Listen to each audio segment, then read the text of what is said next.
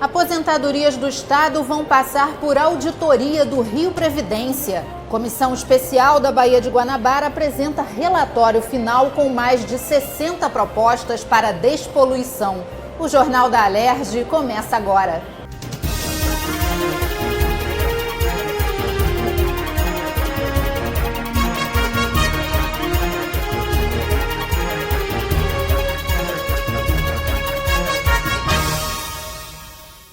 Boa noite. O relatório final da Comissão Especial da Baía de Guanabara sugere que 60% dos recursos do Fundo Estadual de Conservação Ambiental e Desenvolvimento Urbano, FECAM, sejam destinados ao saneamento básico do Estado. Os deputados também querem que o INEA não licencie novas indústrias no entorno da Baía.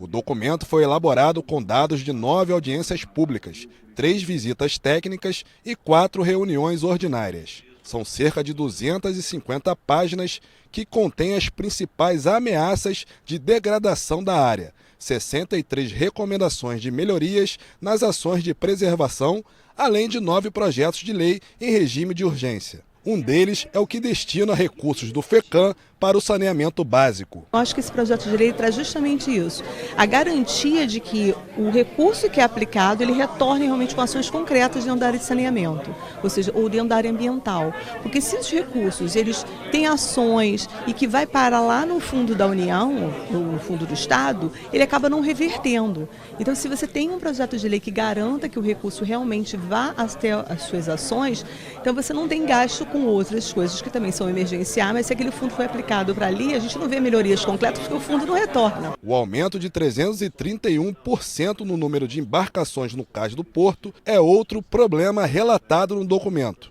Cerca de 80% destes navios são da indústria petrolífera, sendo que 44% ocupam o espelho d'água da Baía da Guanabara. A gente propõe que o fundeio, esse estacionamento de navios que tem na Baía de Guanabara, primeiro tem que ser submetido a estudo de impacto ambiental. Atualmente não é. Os navios vão estacionando na Baía de Guanabara sem estudo de impacto ambiental, quando se sabe que a presença desses navios impacta as espécies.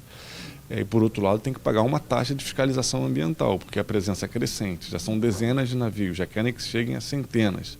Se você não tiver uma política de fiscalização ambiental, você não consegue monitorar os impactos. Entre as recomendações citadas pelo deputado Nivaldo Mulim, relator da comissão, o tratamento dos rios que desagam na Baía é uma das mais urgentes. São 55 rios em torno da Baía da Guanabara, que, como eu digo, eu sempre falei, eu sempre coloco que os rios são as veias que tem que ter o sangue bom para jogar para a Baía da Guanabara, que é o coração para bombear. Ecobarco, ecogari, ecoponto, ecobarreira, hoje é muito insuficiente.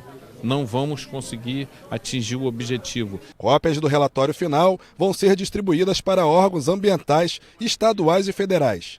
A geógrafa que participou da elaboração do documento vai sugerir que ele fique disponível para consulta pela internet. O objetivo do relatório é chamar atenção para as principais ameaças à saúde ambiental da Baía de Guanabara e também chamar atenção para os ameaçados, que não só a vida marinha, os manguezais, mas também a população que vive no entorno da Baía de Guanabara. A gente viu que as políticas públicas ainda são marcadas por muita descontinuidade e que é necessário uma reflexão de conjunto. A gente pense políticas que melhorem a fiscalização ambiental, políticas que garantam a continuidade do financiamento do saneamento ambiental. É necessário redimensionar a presença dessa cadeia produtiva ligada à indústria do petróleo, que hoje está contribuindo para saturar o espelho d'água. Ou seja, a gente tem que pensar a Baía de Guanabara sinergicamente. Em reunião no plenário da Alerj, cerca de 30 prefeitos buscaram soluções para enfrentar a crise financeira. Uma das sugestões é a isenção do ICMS em contas de energia elétrica dos órgãos públicos municipais. O evento Recuperação Econômica dos Municípios Fluminenses foi organizado pelo Fórum Permanente da Alerj. A queda na arrecadação de impostos gerou impacto no caixa das cidades. Só o ICMS teve queda de 10% nos últimos 12 meses, segundo dados da Secretaria Estadual de Fazenda. Com a redução dos orçamentos, as prefeituras vêm enfrentando dificuldades para arcar com os gastos obrigatórios, como despesas com saúde. Acho que todos os prefeitos estão construindo o seu dever de casa com ações, com políticas públicas agressivas para aumentar a receita dos municípios, com decretos de economicidade, cortes, ou seja, para ajustar a realidade do país ao momento que nós vivemos. Tudo aquilo que vem a gerar menos despesa ou economicidade para o município repercute diretamente na manutenção de serviços essenciais na vida do cidadão. O município de Três Rios, no centro-sul fluminense, buscou soluções criativas. A redução de 2% do ICMS e outros benefícios incentivaram a instalação de empresas na região, geraram emprego e renda.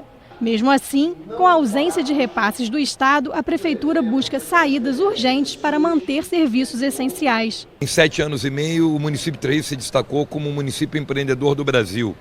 Mais de 2.600 empresas, 1.000 empreendedores individuais formalizados por ano, uma economia que não para de crescer, continua crescendo do ano de 2015 para 2016, onde a média de perda de receita gira em torno de 30% a 60%, dependendo dos municípios que recebem royalties. No município de Três Rios cresceu 5,11%. Mas o problema é simples de se explicar. O que a gente aumenta de receita, de arrecadação, é menor do que hoje a gente está deixando de receber de repasses de convênios, seja oriundos de todas as esferas. E essa conta não fecha. Com o objetivo de traçar estratégias conjuntas para o enfrentamento da crise, o encontro reuniu representantes dos poderes executivo, legislativo e judiciário. O deputado Luiz Paulo, que presidiu a sessão, destacou medidas que já foram tomadas pelo Poder Legislativo. Ontem o Parlamento Fluminense aprovou um projeto de lei que cria o Fundo de Equilíbrio Fiscal do Estado. Esse fundo visa que o Estado possa acessar mensalmente 10% dos incentivos fiscais concedidos. E isso ajudará os municípios, porque se isso é receita do ICMS, no projeto de lei também está escrito, através das emendas, que 25% desses recursos serão distribuídos pelos 92 municípios, função dos seus índices de participação. Os prefeitos também enviaram um ofício ao presidente da Casa, deputado Jorge Pisciani, solicitando colaboração da Alerj para a criação de um pacto de governança colaborativa. Eles querem criar um diálogo permanente entre as instituições para alcançar soluções e ajustes de acordo com a realidade de cada município. Parte dos recursos do Fundo Estadual de Combate à Pobreza pode ser usado para a compra de unidades habitacionais destinadas a pessoas com deficiência ou autistas. A proposta foi analisada nesta quarta-feira na Comissão de Constituição e Justiça da Alerj. O projeto dos deputados Carlos Mink, Luiz Paulo, Marta Rocha e da ex-deputada Tânia Rodrigues recebeu parecer pela constitucionalidade. O Fundo Estadual de Combate à Pobreza e Desigualdades Sociais já contempla que 10% dos seus recursos irão para o Fundo de Habitação de Interesse Social, que é exatamente o fundo para fazer, entre outras coisas, além de infraestrutura, habitação. E aí nós queremos que, especificamente, uma parcela desses recursos sejam destinadas às pessoas com deficiência e autistas, exatamente para fazer um equilíbrio social, uma justiça social maior. Já o projeto de lei do deputado Carlos Mink quer estender para 1 ano o prazo de validade dos cartões unitários de transporte. Hoje, os cartões unitários do metrô, por exemplo, têm validade de 4 dias. Após este período, caso o usuário não gaste o crédito, o valor fica para a concessionária. A proposta recebeu parecer pela constitucionalidade. O projeto é muito importante. O que acontece? Você é um consumidor, compra um bilhete de metrô, de trem. Vale 3 dias, 4 dias. Aí você chega na semana seguinte, não. Para onde é que vai esse dinheiro? Para a concessionária. Eu diria que isso é quase uma expropriação.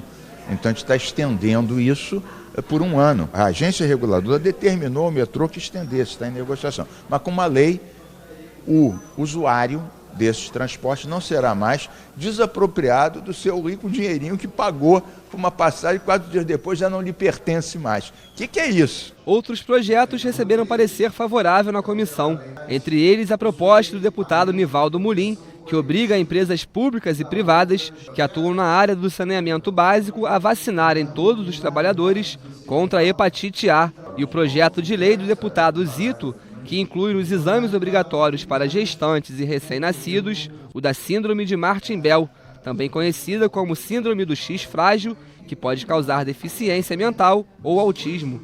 O Rio Previdência pode fazer uma auditoria nas aposentadorias dos 3 poderes do Estado. Se forem encontradas irregularidades, serão encaminhadas ao Tribunal de Contas para uma revisão. O projeto foi aprovado nesta quarta-feira no plenário da Alerj. Veja agora as votações.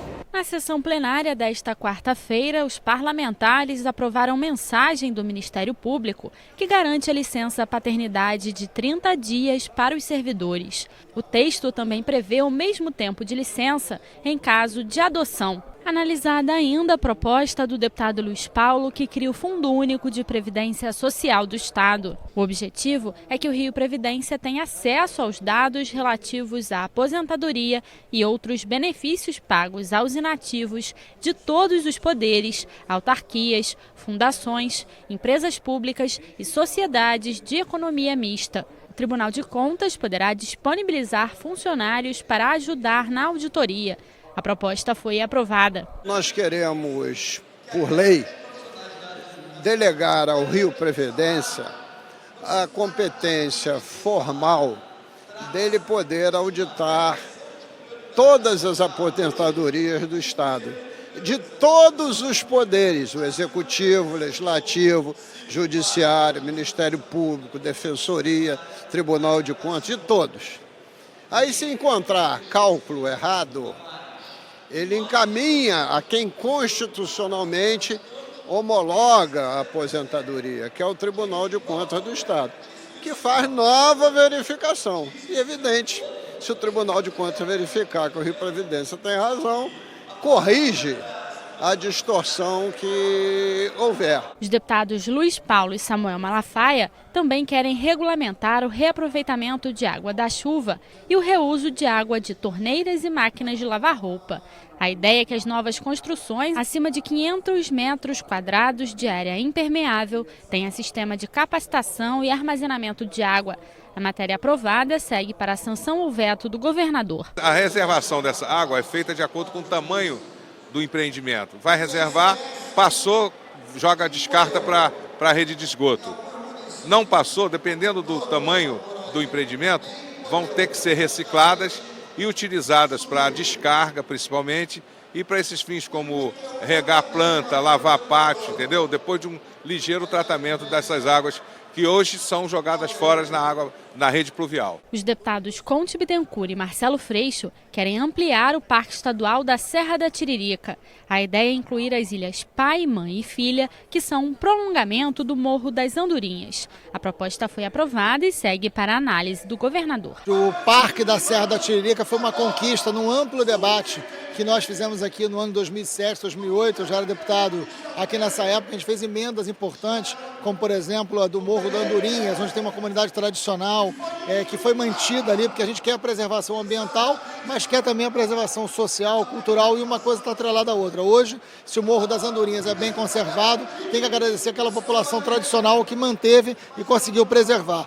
A inclusão agora das ilhas, das 3 ilhas, Pai, Mãe e Filha, ela é muito importante porque aí ela fecha completamente o parque, né, em todo o seu território. Quem acionar indevidamente os serviços de emergência poderá ser multado. Em caso de reincidência, a pessoa pode receber uma visita educativa. As multas variam de R$ 150 a R$ 2.000 e quem não pagar poderá ser inscrito na dívida ativa. A proposta do deputado Flávio Bolsonaro foi aprovada e precisa passar mais uma vez pelo plenário. O Estado poderá ter um programa de apoio técnico aos municípios para ajudar na arrecadação de tributos. A matéria dos deputados André Siciliano, Carlos Mink, Dr. Sadi Noel, Valdec Carneiro, Zaqueu Teixeira e Zeidan foi aprovada e retorna ao plenário para a segunda discussão. Os municípios estão quebrados. Com a questão do royalty do petróleo, mais ainda, sobretudo aqueles que recebiam, porque agora foi lá para baixo. A alternativa de aumentar impostos é sempre muito ruim, penaliza a população, o comércio. Então nós verificamos que havia uma subarrecadação, quer dizer, os impostos que já existiam, metade não paga. Então, muito melhor do que elevar impostos é você melhorar a máquina para cobrar aqueles que já existem e são sonegados. A ex-deputada Tânia Rodrigues quer alterar a lei que obriga os bares e restaurantes a ter cardápio em braille. A ideia é garantir a autonomia das pessoas com deficiência. O objetivo é que esses cardápios sejam atualizados conforme os pratos sejam modificados. A proposta aprovada precisa passar por mais uma votação. As concessionárias poderão ser obrigadas a divulgar os direitos dos motoristas em cartilhas, painéis eletrônicos, no site, entre outros. O projeto do deputado Iranildo Campos foi aprovado em primeira discussão. O deputado Thiago Pampolha quer garantir que as faturas de água emitidas pela internet tenham os mesmos dados da original. As concessionárias que descumprirem a regra poderão ser multadas. O texto aprovado retorna ao plenário para a segunda discussão. Hoje, na conta física, no papel, você tem todas as informações pertinentes ao consumo referente àquele mês. Na internet você só tem o código de barra e o valor que a pagar.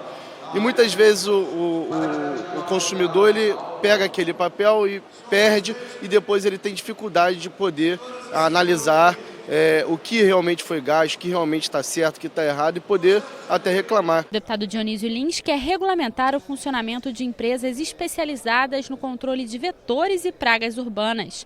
A matéria recebeu 7 emendas e retornou às comissões. As instituições financeiras que oferecem empréstimos consignados aos servidores públicos não poderão negativar o nome dos servidores, caso fique comprovado que o Estado foi responsável pelo não pagamento dos salários.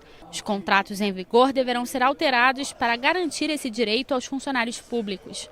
As instituições financeiras que já tiverem feito a negativação terão 20 dias para excluir os nomes dos servidores depois da sanção da lei.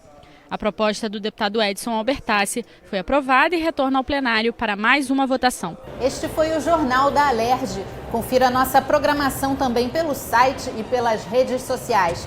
Tenha uma ótima noite e até amanhã. TV Alerj, o canal do povo fluminense.